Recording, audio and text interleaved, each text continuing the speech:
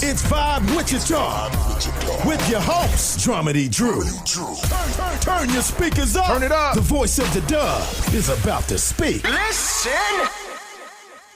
What up? What's good? What's happening with my Wichita family? It's your man, Dramedy Drew. Welcome to another episode of Vibe Wichita. I got a special one here for you guys, but I want to introduce my panel that I have with me. We're going to start over here. What's going on, BJ? How you living today, man? Hey, I'm good. How y'all doing out there? Cooling out today. All right, yeah. It was kind of humid today, but, I'm good, man. What's good, LT? Oh, my goodness. He did not just drop my mic. What's going on, LT? How you feeling? Oh, man, I'm feeling good. Feeling great. Oh, man. Man, all right. Well, today we got a special guest in the building today. We got my man, AJ Bohannon. How you doing today, brother? Hey, man, I'm blessed. I can't complain, man. Man, I heard that, man. So what's been going on in the mind of AJ Bohannon? Let's take it back at the start of this month, the first incident that we had. I want to start it from Alton Sterling. I want to start it right there. And then I want you to just kind of give me your mindset, everything that was just running through your mind from there, even to Philando Castile and then to Dallas and till now. Alton Sterling, man, that was an unfortunate situation. We all got to see, a visual of what actually happened. A lot of times when these killings happen, we hear about it and then we have to piece it together with pieces of evidence. I believe that that's the first one that we've actually had a chance to see the murder from beginning to end. We saw everything that happened. So we were presented with a visual, with Mike Brown and Trayvon Martin, we were given bits and pieces. So we had to put it together. But with Alton Sterling, it was hardcore evidence from start to finish. And a lot of people see that. And a lot of the people were angered by that. And I believe that that's what happened here in this town. A lot of people were upset about that. So then before we even had a chance to process Alton Sterling, here comes Castile. And it's like back to back. And then, again, we see hardcore visual evidence. It's not like we have to piece it together. Everything that we need is right there in front of us. And that created an uproar. And then we have the Dallas, and then we have Louisiana as well. Yeah, so when you see people in Dallas doing what they did, it was just a lot of people were angry. And it was a lot of frustration and a lot of grieving. And when people aren't given an opportunity to grieve in a controlled setting, in a conducive environment that can allow them to get their grieving out but still be safe at the same time, that's what you have. That's what you get. And that's a direct effect of what happened in Dallas and Louisiana. Those were environments that were set up for people to grieve, but those people that were there, they had a different kind of mindset. And I'm not saying anything against Dallas or Louisiana, but a lot of that has to go with the way that things were planned and the way that leadership was put into play in that situation. So then we have Wichita, Kansas. As you know, it went viral, and we actually gave people a chance on Tuesday. We set up a protest, and we gave people a chance to come out and actually grieve in a controlled setting. It was a lot of planning that went into that. It was a very strategic. The march is what you're talking about, right? Yeah, the March on 13th, as the city calls it now. Mm-hmm. That's what they're calling. Yeah, the march. They call it the March on 13th. So we put it was really strategic, the way that we set that up. We didn't want to just have people coming out there with no direction. Everything that we did was, done in order. And so when we did that, it gave a lot of people an opportunity to come out and grieve, but do it in a way that was going to be safe for the environment. We weren't burning down buildings. We weren't shooting officers. We weren't fighting. We weren't rioting. We weren't flipping over vehicles. But we did give everybody a chance to have their voices heard, which is what everybody around this nation right now, especially those of color, are wanting the opportunity to do. So we gave them opportunity to do that. So then from Tuesday to Sunday, on Tuesday, we did the march and everything went smooth. Shout out to Chief Ramsey because there was police presence there, but due to those situations that have been occurring, the police presence was not visible. And I believe that gave everybody opportunity to feel comfortable with what they were doing, because in Louisiana and Dallas, police presence was visible, and that gave people opportunity to do something that really didn't have to be done. So here, the police presence was there, but it was not visible. And then so on Wednesday, I met with him, and myself and DeJuan Wash and Brandon Johnson, we met with him and Pastor Hicks. And he said, what do we want to do? What can we do, to get everybody on the same page? So he presented the idea of the cookout. And I said, we have another march planned on Sunday, but I would be willing to not do that if we're going to be able to have some of these conversations that these people in this community have been trying to have for a long time now. And so we all agreed that we were going to go ahead and go forward with the cookout. And that was Wednesday at about 2. Wednesday at about 5, I released it. And it just, it was a lot of backlash with people in the community. It was a lot of frustration. It was a lot of anger. People saying, "Oh, we're going to go eat pork with the pigs," and I was a coon. I was a house slave. I mean, I've been everything this last week but AJ. Thank God I have thick skin. I'm able to deal with that. But a lot of people weren't really looking forward to Sunday. So from Wednesday to Sunday, I get everything thrown at me. And so Sunday we come out there and we have this cookout. 1,800 people show up, and a lot of people were looking for that to either fail or they were looking for that not to be structured the way it was, because a lot of what people thought it was just going to be a big happy-go-lucky cookout. We're eating hot dogs and hamburgers, and we're going to play games, and we're going to have fun, and then we're going to go home. I think the fact that we did have a structured Q&A session with the chief for an hour and 15 minutes, and he did answer some of the toughest questions that I've ever seen the chief of police answer, that angered a lot of people more than it warmed their souls, because a lot of people were rooting for that not to go the way that it did.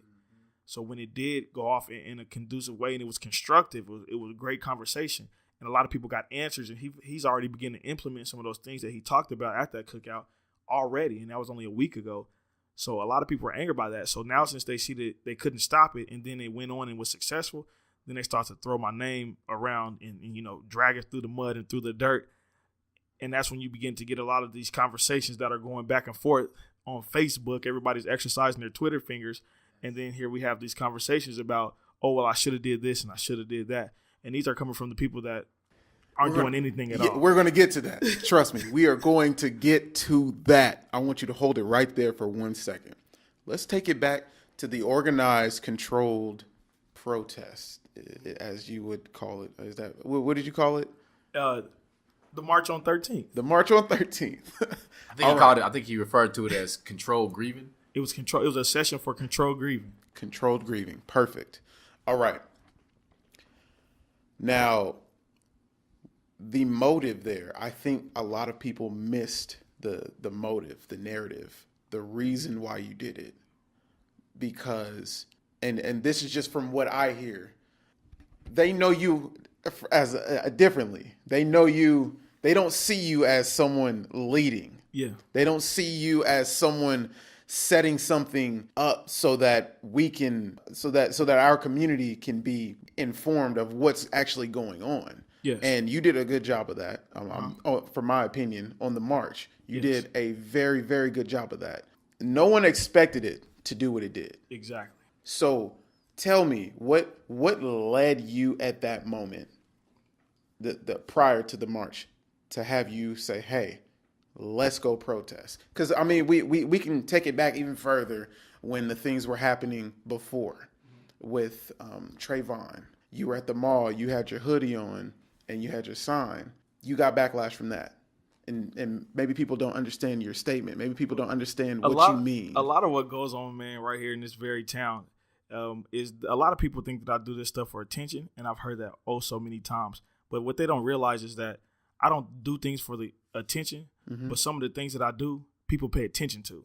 You understand what I'm saying? Yeah. Like, does LeBron James play basketball for attention? No. But does everybody pay attention when LeBron is playing basketball? For sure. Yes. Because he has a talent, and he's putting his talents to use to the best of his ability. He's not doing it for the attention. So why do you think people think that you're doing it for attention? Because who I am, who I was is not who I am. And who I am is not who I was. I used to do concerts. I used to throw big lavish parties. I used to bring in artists and things like that. And I did a lot of things so I could stay in the limelight. I wanted to be out there like, oh, AJ's party is this weekend. Oh, he's doing another concert. Oh, he's doing this, he's doing that. And a lot of things that I did in the entertainment world were strictly for the money and the attention. Now I take that and I take all of that passion that I have and I put it into my community, because what I was doing, I couldn't consciously continue to do that. I was sending people home drunk. People would come out, go to a concert, go to a party. They would take a jail chance going home. Right. Taking a chance getting a DUI. I'm sending somebody's mom, I'm sending somebody's dad home drunk. And I can't consciously deal with that, knowing that somebody can get in a wreck, somebody can go to jail, and they have a whole infrastructure at home that's sitting there waiting on them. And because of something that I've done and something that I've put on, now they won't make it. So now you feel responsible for that. Yeah. Now, 4 years ago, my cousin Marquez Smart was shot and killed downtown by the police officers at a concert that I was throwing. And that hit home more than anything, because now my flesh and blood has been lost because he attended a concert that I put on, that I helped put on. So now not only is he dead, but the concert that he was at that night is something that I had money in on. So I haven't put any money in on the concert since then. And so what I did is when he died, I channeled all that frustration and that anger, and I channeled all that energy that I knew that I could garnish, and I put it into my community. Because now, instead of doing things to jeopardize the people in my community, I want to empower, uplift, and educate the people in my community. Absolutely. So now I take all of that energy and I put it into, right now, the things that I do, I don't make any money off of this. I'm just be honest, I don't get any girls off of this. When I was throwing parties, when I was throwing parties and stuff, it was women everywhere. The money was coming in hand over fist. I do this and I spend more money than I make. I don't do this for the attention, because what attention is there to get? It was way easier to book an artist, have an artist come in, get free drinks, get a lot of money, and go home at night. But consciously, what am I doing for myself? And I'm putting money in my pockets at the expense of everybody in my community. So if I can get 1,500 people to come to a concert, I know I can get 1,500 people to come out and march or protest. And that's my mindset. So a lot of people think I did it for the attention. Like I said, man, when I lost my cousin, that really hit home. I remember that too. And that's something that I would deal with, because I visually had a chance to see that. And I'm not even going to say it's a chance, but unfortunately I witnessed that. And that's something that haunts me day in and day out. And it's one of the worst images that I have. And that's not something I'm ever going to get rid of. And so from then on, I vowed to make it better. How can I make it better? Now, people talk about the Town East incident. I was actually leaving the protest when I went to Town East.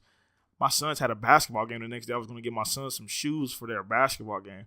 I just so happened to still have on the sign and the hoodie that I had on when I left the protest. I didn't know that somebody was going to approach me and do what they did. I had no idea. I wasn't going in there. I had just left a protest. I wasn't going to the mall to protest. Who protests at the mall? How come nobody knew that, AJ? Because I got to be real. I don't think anybody knows that. People don't ask. And I don't feel the need to explain myself. Okay. And that's, people get so upset with me, because one thing I'm not going to do, I'm not going to explain myself to anybody, because whether I explain myself or not, you're still going to draw whatever conclusion you want to draw. I can explain myself until I'm blue in the face. But at the end of the day, if it doesn't make sense, it doesn't make sense. I used to work for the school board, and I could teach one kid a lesson over and over and over again. But if he's not comprehending what I'm saying, I'm wasting my breath. And I apply that into my life every day. I could try to teach you a lesson over and over and over again. But if you're not comprehending what I'm saying, then I'm just wasting my breath. That's why some kids in the classroom have A's and some have F's, because some of those kids just don't comprehend the same as everybody else. The march. Mm-hmm. Okay. We understand where that came from, the rhetoric, the whole enchilada. Like, I understand, and that was perfect. I enjoyed the fact that we got together and we were nonviolent. Yeah. That's, you can't go to a family barbecue, and there's not one fight or one argument there. Mm-hmm. Now we fast forward to you sitting down with the chief. You sat down with the chief the next day? Wednesday. The very next day. What was discussed? I mean, I know you guys discussed the barbecue, but Tuesday was discussed. He asked me why, and I told him. Tuesday was discussed, and he asked me why, and I told him, hey, like I said, everything I do is strategic. If I would have marched on 13th Street, who would have tried to stop me? Who patrols the streets in this town? The police officers. Right. But if I march on the highway, they have to call Kansas Highway Patrol. Key word is Kansas. They work for the state. I can get the attention of the city by marching on the street. If I go to the highway, whose attention am I getting now? The whole state. The whole state. Because now the state has to alter every work schedule of the highway patrolman to come see what they're doing in 67214. The city's attention is fine, but the things, the laws and the policies and the legislation that I'm trying to work on and trying to focus on, and my team we're trying to focus on, that's statewide. A lot of these things, some of these things have to do with the city, yeah. But majority of those things are going to happen in Topeka while they're with the state. So next time they go in Topeka and they talk about some of these policies, they're going to say, by the way, while we're working on this budget, there was a certain incident that was going on in Wichita where we had to alter our whole infrastructure for that one day and send extra help. It was 180 highway patrolmen there. There's 15 per county. You do the math. You do the math. Wow. So now we're not only impacting the city level. A lot of people are like, why were you going to the highway? I never made it to the highway. I was on the ramp because those 180 highway patrolmen that work for the state of Kansas, they were there to stop us. So now somebody that could patrol the Kansas Highway Patrol, they heard about what we're going to do. So now we have the state's attention. So now that we have the state's attention, let's go up this ramp, let them know we're here. Now let's go get the city's attention. What did we do? We shut down the whole 13th Street for 2.5 hours. So now I have the state's attention, and I'm in your pocket. And the best way to get somebody's attention is to mess with their money. So now I'm going to the highway. Now I'm in the state's pocket. Now I'm going to go shut down 13th Street. Now I'm in the city's pocket. So now I have everybody from the 316 all the way to the state capitol. I have your attention now. And now that you see us, now it's time that you hear us. Okay. Did you have any fears doing this? Yeah, man. I had, it's not that I had fears, because I'm very firm in my Christian background. I don't believe God gave me the spirit of fear. Amen. So I didn't have fears, but I had like visions of what could happen. I'm a very well educated man, so I always went into there with the thought of what if. And I try to prepare myself about what if. What if this happens? What if that happens? So I called my kids before I went out there. I told them I loved them because I didn't know that was going to be the last time. I called my grandma, who is a very spiritual woman. I said a prayer with her because, again, I didn't know if that was going to be the last time. And I went out there and I walked by faith. So, that happened. So I told the chief, I said, this is why we did it, because I needed the attention of everybody. I didn't just want the city's attention, because if I march on the street, I only get the city's attention. I purposely let it be known that I was going to the highway, because now you have to prepare. And if you're preparing, then I have your attention. So I told him, I said, this is why we did it, and I apologize for whatever budget that y'all going to have to work around for those 2.5 hours. Right. But it needed to be done, because just as much money as y'all spend on that 2.5 hours, y'all spend more money on that than the officers that get paid vacation when they kill somebody. Wow. So again, we had that discussion. He said, well, this is what I propose. This is what I think. I said, that's fine, because if we're not going to march, we need to replace it with something. And that was my thought process. So the cookout was actually something that he's been working on for a while now. And it just so happened to be the perfect storm. We were able to implement it. Yeah, let's move to the cookout for sure. Now, before we move on, I want to ask. Okay, go ahead. Just how long did it take you, or how difficult was it for you to make the decision to cancel the march and to do the cookout instead? It was a no-brainer. And I say that because if I'm trying to get somebody's attention and he's sitting down next to me telling me that, hey, you have my attention, do I need to keep doing things to get his attention? I already have it. That's just like if you go in the morning and you wake your kid up and you got to shake them 2 or 3 times, and then they finally wake up. After they wake up, do you continue to shake them?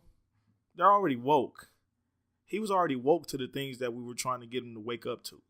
Now that you woke, when your kid wakes up, then what do? You start talking to him. You start letting him know this is what needs to be done. You need to brush your teeth. You need to wash your face. You need to get dressed. So now that he was already woke, I began to have a conversation with him. We need community policing. We need a citizens review board with subpoena power. We need an independent prosecutor that's going to look at these police-involved shootings that are happening in this town. He was already woke. I didn't need to keep shaking him. It was an instant idea of yes. No questions asked. Instantly, yes. That was good. Now, the barbecue. Kicking that off, knowing that there was 1,800 people there. People have been talking about it all week, by the way, from when they found out about it. Just like, are you going to the barbecue? Are you going to the barbecue? You going to the barbecue? Yeah. No. Yeah. I'm not going to that, man. I promise I heard so many people who said they were not going to the barbecue. They were there. Yeah. They were there in line. They were there. And from the outside looking in, you're just looking on social media. Mm-hmm. It was a success. Yes, it was. Tell me about just your view, just the things you were experiencing that day. Tell me what was going on. What was through your mind? You seeing? I mean, I know the police were there. They were engaging with people, the black people. I know that you had a ton of questions being thrown your way. Just kind of paint us the picture of what was going on. The biggest thing for me, man, is when I got arrested at Town East Mall, my son was out there. This was 3 years ago. My son is now 8. He was 5 years old. And he saw that. He witnessed that. He witnessed him throw me up against the glass at the Subway in the food court. He witnessed him drag me. He witnessed that. And for my 5-year-old son to be able to keep that visual and hold that visual in his head for 3 years, and I can't talk to him about the police. We see the police pulls up on the side of us or pulls up behind us. He gets tense. And this has been going on since he was 5 all the way now. He's 8 years old. So 3 years now, I've seen my son carry not only some resentment towards the police, but it's to the point where he hates them. He's like, Daddy, pull over, there's the police. And they might not even be doing anything. But just because my son had to witness some of the things that his father had to go through at the hands of police officers, he began to grow a strong hate for them, a very strong hate. And I've talked to my son about this for 3 years. Like, son, it's all right, man. It's okay. We good. Let it go. No, Daddy, no. They should have never did you like that. Because kids don't understand. So he's held that in his heart for 3 years. Sunday at the cookout, my son came up to me with bright eyes and just happy and like, Daddy, Daddy, Daddy. I'm like, what's up, man? He was like, I'm over here playing basketball with the police officers, and he made like 3 threes. He's good. And so it was a game of basketball. But just the officer taking the time out to have that interaction with my son, it broke a barrier that I've been trying to break for 3 years. And I could never break that wall down. So now when I say, son, you having fun? Yeah, Daddy. And my son talked about that forever. He was out there doing the whipping and then they with the officer. Yeah. And so for him to be able to stand side by side like that and not knowing what he's doing really, but he just broke down a barrier that I've been trying to break down for 3 years. And he just kept holding on to it like, no, Daddy, I don't like police. And now my son has been talking about the police officer for a week now. Like, Daddy, when are we going to do another? I want to do the nene. I want to call the police and play basketball. I couldn't even get them to look his way. So a lot of people are like, oh, well, what good did that serve? But if you can change one person's mind, then we've done enough. Every time you go to church, does the whole church go down front to the altar? Nope. But if 2 or 3 go, that's enough. Somebody did their job. So I feel like some of those things it was an 82-year-old lady there. She said she's been in Wichita for 82 years. And she's never had anything like that happen to her. She's like, I lived through the Martin Luther King era and things like that. And these are things that I've always thought about and I've always visioned, but I never thought I would see them. So we made an 82-year-old lady's dreams come true. Those are the things that we hold on to. I don't care about how people feel about the dancing cop. I don't care. It makes me no difference.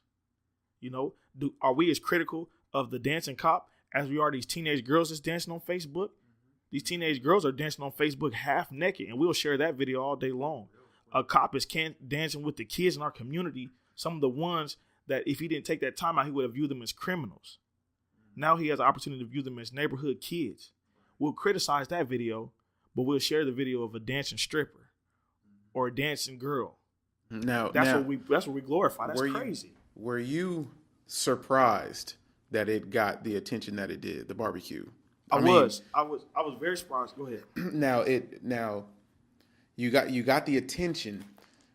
There was, now you have eyes on Wichita, okay? Wichita, Nebraska, right? I'm glad they kind of fixed that eventually, but it seemed like the face was the dancing cop. And also Chief Ramsey is congratulated on getting the conversation started, getting things kind of rolling. Did that rhetoric, did that right there hurt you in any way? No, it didn't, because I'm one of the most humble individuals that you ever meet. The only time where I do not humble myself is on the basketball court. Man, what? That's the only time I do not humble myself. I would talk your ear off on the basketball court, outside of the basketball court. Man, I'm one of the most humble individuals. Like I said earlier, I don't do this for attention, but I do things that people pay attention to. And it's a difference. It's a huge difference. So it kind of troubled me that the dancing officer was the face of it, because that's not what we were there for.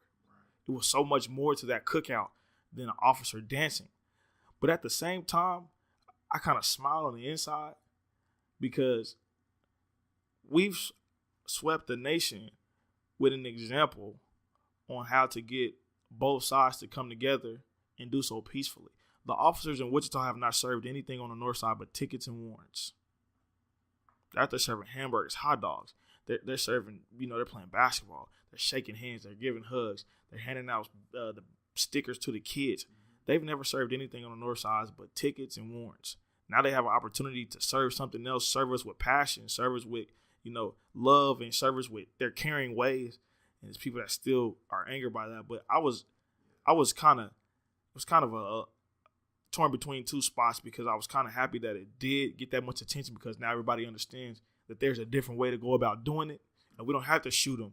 We don't have to gun them down. We don't have to beat them up. We don't have to target them. We'd actually sit down and have a simple conversation and draw them in so they can hear us. Because at the end of the day, when we're shooting them and saying, forget the police, F the police, it just throws like more fuel on the fire. So we actually began to do something in this town that's sweeping all across the nation. Now they're doing a cookout in Oakland. Oh, they're doing it now? Because at first they weren't. They did it. They're doing it, but it still has backlash, but you can't please everybody. You can't. So And I guess they're going to go ahead and do it. I'm going to get to that too. And with the whole Black Lives Matter, unofficial, this is an unofficial whatever, Black Lives Matter or whatever. We're going to get to that. But what you got, BJ? I know you had something. Hey, I just want to say it's good to be able to hear the thought process. I think a lot of people, again, we won't please everybody, but that it happened and somebody had to stand up. Again, a lot of people didn't agree on everything, but will everybody agree? Will everybody agree on everything, on how it all went down? I was leaving the mall, going to the barbecue. We had thoughts. Do we bring our kids? Is it going to be dangerous? I'm not a Wichitahan, so again, I told you before. Wichitan. All these places I've been. So, no, I wasn't afraid of any danger, but I knew cops. I knew plenty of the cops. Shake plenty of their hands. And to see the interaction was good because what we needed to do was see me before you see me in traffic giving me a ticket. Knowing that I'm human like you human. I got a family like you got a family. Let's see each other in this different light because I believe what was happening is when we were seeing each other, that thought process your son had when something happened way back whenever it occurred, we both each other with our hands fist before the conversation started. Now my hands is balled up, but your hand is on the gun. And it was all bad every time the situation occurred when it shouldn't went to, some of the situation happened. It should never happen. And I think it's good to hear, the thought process. It's good to hear. I think it's real good news, and I appreciate you, man, sharing. Yeah, I have a question that crossed my mind, and I was thinking about this because I attended the barbecue. I had a mixed opinions about it, but I decided to go check it out. But knowing what had happened in Dallas going into your event, what was on your mind, and did you have any concerns after Dallas happened? It had actually happened that very morning where there was a whole nother incident. So waking up to that, I definitely had doubts. Like I said, I'm a man of faith. And I went to church that morning. Pastor DeAndre Morris, and he actually laid hands on me. He prayed over me. He prayed over the event. And then before I went to the cookout, when I pulled up, I believe the report that there was about 900 people there when I got there. And so I sat in my car, and I actually walked around the outside of the park, and I prayed. I walked around the outside of McAdams, like in a circle around where the event was going on. And I said a prayer because I believe that God is going to grant you the desires of your heart. And the biggest desire of my heart for that day was to get everybody home safe. The people that were attending the barbecue from the community, they have a home to get to. The officers that were attending the barbecue in the community have a home to get to, and everybody has that right to go home. And I don't know what was going on in Dallas with those organizers. I don't know what was going on in Louisiana with those organizers. The only one I can speak for is AJ Bohannon. And I know that, again, I'm a man of faith. And if I can think it, and if I can believe it, I believe it should come to pass. So I already had it made up in my mind that we were going to be okay. Just like the march. It was it was a big people like, oh my God, you're crazy. You're going to go do this and do that and do this. Man, I've had people in my inbox that don't look like me, and y'all can fill in the blanks. But I've had somebody say some of the most hateful things, man. And it's some of the things that would draw people away from what they're doing. I had somebody in my inbox that told me he was going to hang me from every tree in Kansas. And so I just told him that's a lot of rope. How many times did he plan on killing you? I mean, but this is what I face. And so people say I do this for attention. If I was really looking to get attention, would I be putting my life on the line for something like this?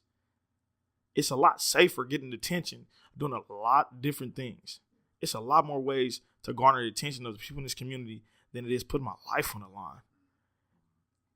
Dude got in my inbox and said, I can't believe the chief allowed you monkeys to run up and down the street looking like some free animals. They should have shot you like they did that gorilla in Cincinnati. This is what I face in my inbox, man. This is what people would say to me. And then for me to turn around and hear people say I'm doing this for attention, because people don't understand that, yeah, it might get positive attention, but there's negative attention as well. And so the attention that I get that's negative, that rocks me, man, because at the end of the day, it's like, man, I'm out here fighting, and some of the people that I'm fighting for are some of my biggest critics. And they're like, oh, you're friends with the oppressor, and you shook hands with the cops, and you threw a cookout with the cops. But if you see them as an oppressor, and I'm trying to come to them so they can stop oppressing, how are you mad? Okay, let's talk about them. Okay, first, I want to talk about the Black Lives Matter co-founder who felt the need to address. That's what they did. They addressed on, I believe it was Twitter. Sweet lady. Man. And she said that this was an unofficial. I read it. The way I read it, I was listening to the way it's so hard to interpret how people text things or they put things out. The way it came out negative. Just being real. That this wasn't an official Black Lives Matter event. It doesn't align with their thoughts and their how'd they say it? I don't know if you remember. It doesn't align with their policies and the way that they operate. There you go. We're not an official Black Lives Matter chapter, and they would have never held an event like that. Right. Now, what I like, I like you and Dewan, right? Dewan Wash, yeah. The way you responded, and I was reading it to my wife. The way you responded by letting her know that they don't know the pulse of Wichita. They don't know what it's like in Wichita. Now it's going to be different in DC or wherever else. It's heavy, and the police are. The police, I'm sure, are in these bigger cities are just they're crooked. Man, we know that, man. They got to deal with a lot of people, and it's not a lot of them. But here, it's not as heavy. I would say that. So I appreciated that right there. I really did in the way you responded. Now, what? Tell me what first went through your mind when you seen that. It was a true statement. I'm not involved with Black Lives Matter movement or organization in any way, shape, form, or fashion. And this is the way that I broke it down to people. You can put on a Michael Jordan jersey, and then you can go buy the new 12s and put on some Michael Jordan shoes. But does that mean you're Michael Jordan? Your examples are hilarious, by the way. No, I'm being serious, because they was like, oh, you had on a Black Lives Matter shirt, and there were people out there holding Black Lives Matter signs, and y'all were yelling Black Lives Matter. But does that mean I'm Black Lives Matter? I can go put on a LeBron James jersey and the new LeBrons, but I'm not going to dunk like him. I could go put on a WWE uniform and the Rey Mysterio mask, but that would never make me a wrestler. Some of the things I put on a Black Lives Matter shirt because I believe that Black Lives Matter. Yeah, it's a statement. It's a statement. Yeah. How can I be upset at a lady that was speaking the truth? I was agreeing with her like, you're right. This is not an official Black Lives Matter chapter. This was not in a Black Lives Matter event. You're very true in everything that you said. But what you don't understand is that you're in D.C. and then y'all in Oakland. And y'all criticize what we do here. But every region has their own way of doing things. You know, if you go to New England, you're probably going to get a lot of clam chowder. If you go to the South, you're probably going to get a lot of Southern food, a lot of crawfish. Gumbo. A lot of gumbo. Yeah, for sure. If you go to the West Coast, you're probably going to get a lot of fish. You come to Kansas, you're going to get a lot of beef. Every time you go somewhere new, it's going to be something new in that place. When in Rome, you do as the Romans do. We can't do what Oakland does in Wichita. No. Because it's not the same thing. It may not work. It may not work. I get that. We can't do what Washington, D.C. does in Wichita because it may not work. Washington, D.C. may not do what Wichita does because we're in a different place facing different things. And so that's why I want to get people to understand is that I know the pulse of my town and I know the people that I deal with on a day-to-day basis. I probably couldn't go to D.C. and pull off a cook-off. I don't know them. I don't know what's going on in D.C. Do I believe that the Wichita Police Department has some bad apples? Yes, I do. But a lot of people want me to just denounce the police department and, let's do away with them. But if you call 911, who do you expect to come? The police. So if we're going to do that, then we have to have, everybody wants to say we can police ourselves. The only reason that the event went successfully because we did police ourselves and we had a structure set in place to police just the march. But people want the community to police themselves. Show me an organization that's set up for that. Do we have first, second, and third shift brothers that are willing to go around the clock and patrol our community and keep our people in and others out? There's no infrastructure set up for that right now. There's no organization. There's no brotherhood. There's no group. There's no neighborhood individuals. Watch, none of that. We It don't used have to be the Crips and the Bloods back in the day. You had to go back to Oakland in Yeah, the 70s. Black Panthers and whatnot. But go ahead. We're not set up for that. So how can we take something away if we don't have anything to replace it with? We're not ready for that. It may come a time and a place, probably, if we work hard enough. I don't see it happening. So right now, black people aren't going anywhere in Wichita. White people aren't going anywhere. Police aren't going anywhere. Asians, Mexicans, they're not going anywhere. So instead of us trying to keep going at each other's neck, why not try to figure this out? And like I said, I study a lot, man. It's an old African proverb that says 2 men in a burning house have no time to argue. We're too busy trying to figure out who started the fire. The whole time we're putting ourselves in jeopardy to burn. What we really need to be doing is trying to figure out how to put the fire out. And if we're not going to put the fire out, then we all need to relocate and start over on a solid foundation. But right now, it's 2 men in the burning house that's arguing. And the 2 men right now that are arguing in the burning house is half of the African-American community and the other half of the African-American community. And it's that division there. I got to go back to my one of my favorite Martin Luther King quotes. You know, Martin Luther King Jr. said, "I'm afraid that I have integrated my people into a burning house." So that's deep. Yeah. Now, that was something that he said right before he passed away. I mean, however, at the end of that, let's say that we are in a burning house. As AJ said, we don't have time to argue. Why haven't we sat down and planned what needs to happen? Which leads me to what I have to tell you here, or what I have to ask you, I guess you'd say. It's Vibe Wichita.